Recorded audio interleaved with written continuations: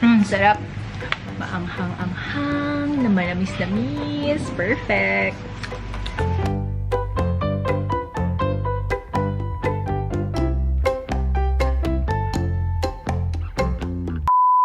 Annyeonghaseyo! Anong ulam nyo? Yo, kamusta kayo dyan? Taas ang kamay ng mga naka 45 million times na pinanood si Hyun sa Crash Landing on You and Park Seo Joon. My God! Okay, maingay. Okay, ito na. Ganito yung itsura natin pagkatapos manood ng mga K-drama.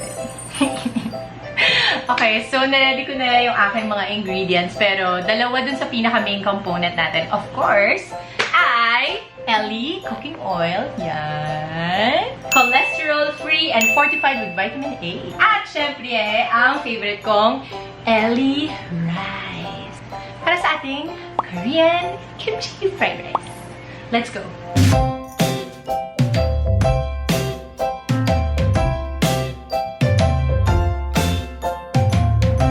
So first, we're going to put our Ellie cooking oil.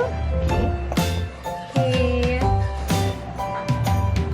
Luncheon meat. Cook it until it's crispy. Ayan. Next ay bawang. And we saute that for about 1 minute.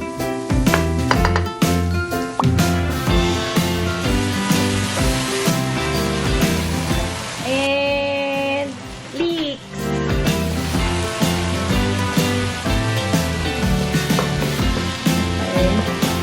At syempre, hindi mawawala ang napaka-paborito kong Ellie Premium Quality Rice.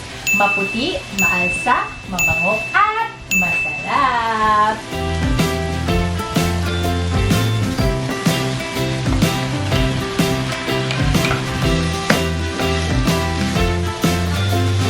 And we're gonna add more kimchi juice, konting soy sauce, at gochujang.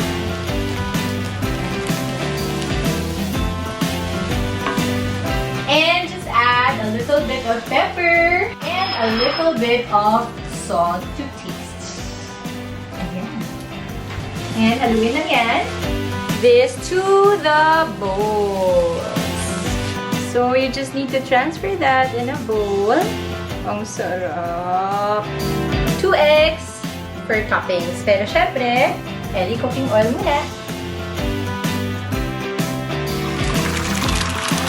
And ilalagay na natin ang ating egg. Ta-da!